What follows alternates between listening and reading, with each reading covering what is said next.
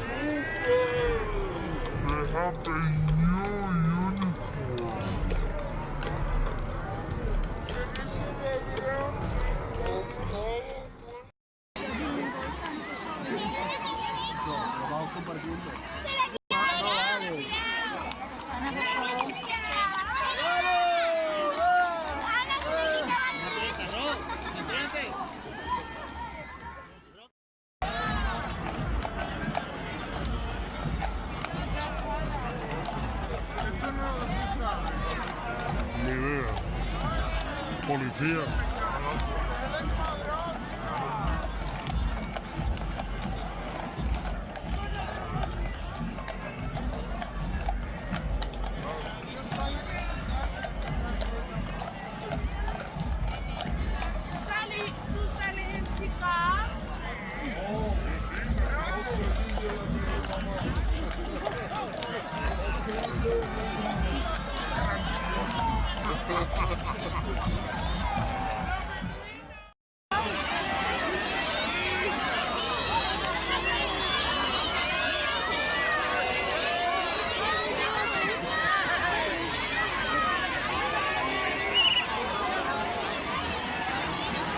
After celebrating the Christmas, the next celebration in Seville, Spain is the most important parade of the Three Kings Day. Traditionally, children here in Seville, Spain don't receive their Christmas gift until the 6th of January of the new year, in which the day of Epiphany. This day is the Three Kings of the said city celebration, which is they called it the Los Reyes Magos in Spanish. Spanish people love a good procession. The central part of the Three Kings celebration in Seville and most other part of Spain is the huge parade that winds through the street of the city on the 5th of January, a day before the Three Kings.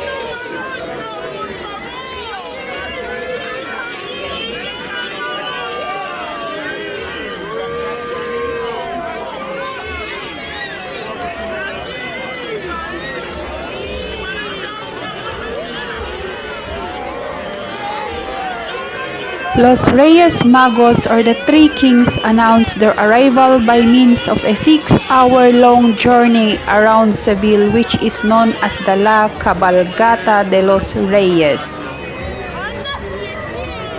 It symbolizes the arrival of the three kings, namely Melchor, Gaspar, and Balthasar, to Jesus' manger to present him with their gift of gold, frankincense, and the myrrh.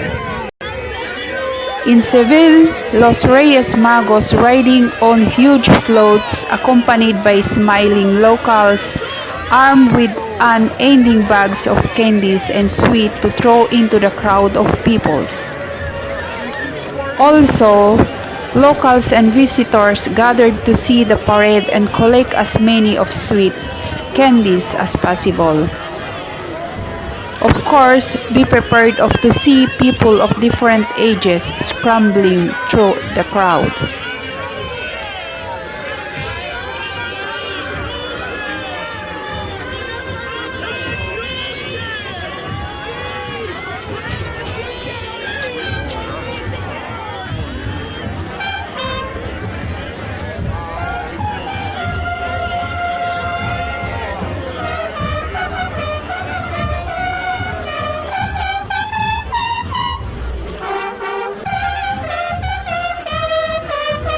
These are the Brotherhood band, which also do music band during Semana Santa.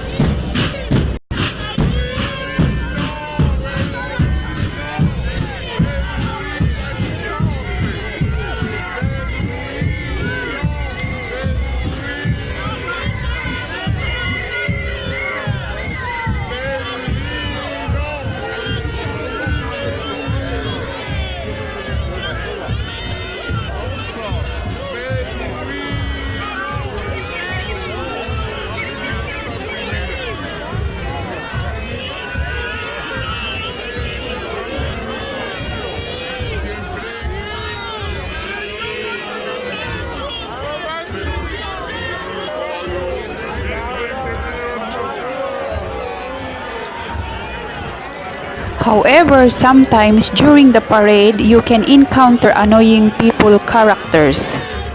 While this lively celebration is certainly not for the faint-hearted, with some dancers, musicians, and of course all types of performers adding to the spectacle, seeing the Cabalgata de los Reyes or the Three Kings is a very important event or tradition that you really cannot miss if you are a visitor or living in the city of Seville during the New Year, which always on the month of January.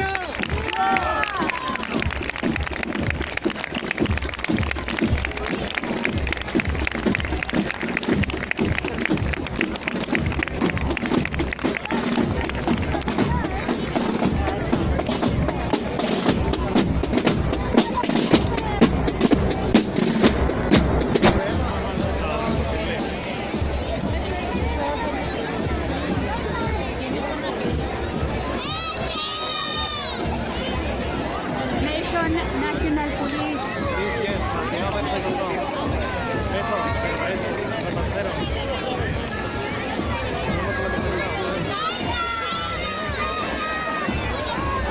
It's National Police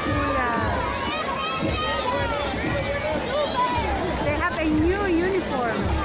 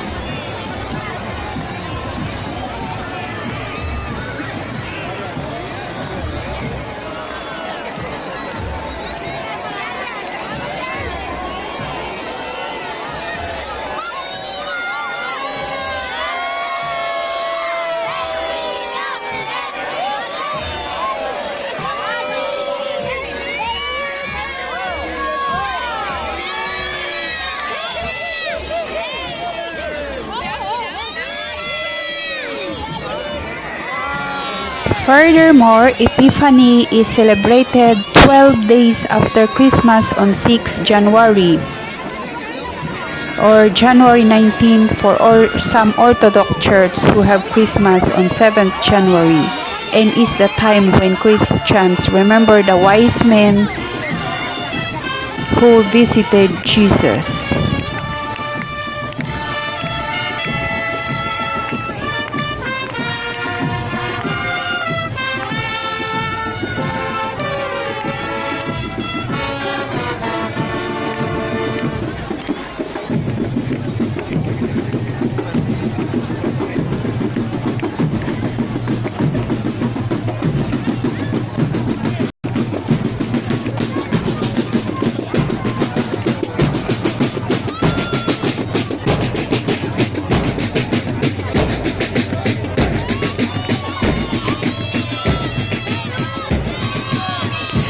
And more about Epiphany.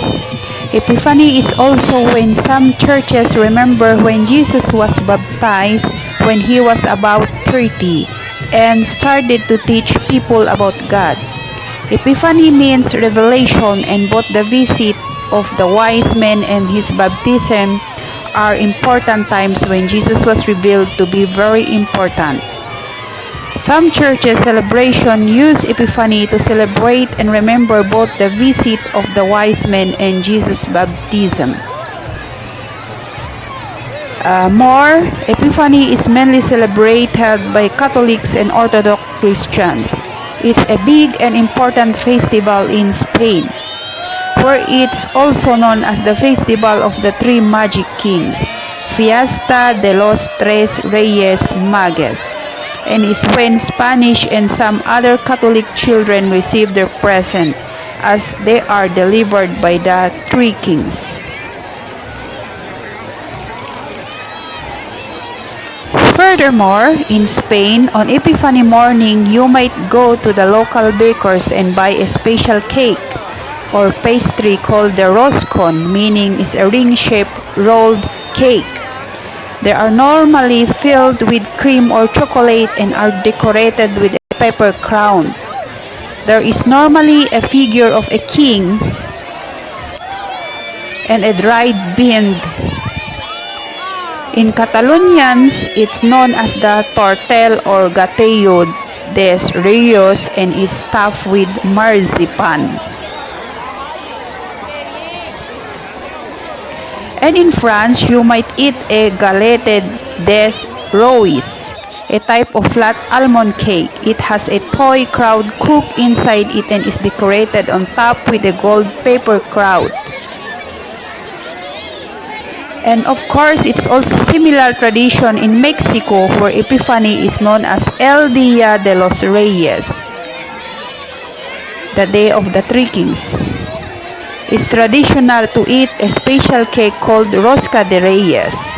A figure of baby Jesus is hidden inside the cake. However, has the baby Jesus in their piece of cake is the godparent of Jesus for that year. And in Portugal, people take part in Epiphany carol singing known as the Janeirest, which is the January song. On the island of Madeira, they're known as the Cantar or Reyes, singing the kings in English. And in Italy, some children also get their present on Epiphany. And lastly, in Austria, at Epiphany, some people write a special sign in chalk over their front door. It's a reminder of the wise men that visited the baby Jesus.